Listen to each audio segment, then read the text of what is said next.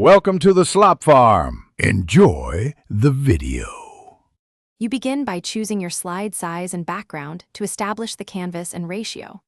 Once done, import or draw 1/3 core shapes that will form the logo silhouette and lock proportion. Make sure grid and snap are on so elements align perfectly, and set guides where key intersections should land. Use fill and outline to test contrast. Change stroke weight for visual balance. This gets you out of setup and into the first tangible arrangement of your logo. Now refine the construction by combining and editing shapes. Use merge shapes or freeform to subtract and union forms for a unique mark.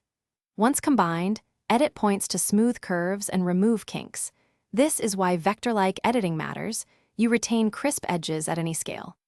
Add wordmark text, pick a single complementary font, then convert it to shapes to tweak letter spacing and balance with the icon. Test color and sizing together. So the logo. To finish, group elements, name them, and create final color variants like full color, mono, and reversed versions. Export a transparent PNG at 300 dpi for raster use, and also export SVG for perfect scalability. This is why SVG is vital for crisp display. Make sure to test at different sizes and on light and dark backgrounds to confirm legibility.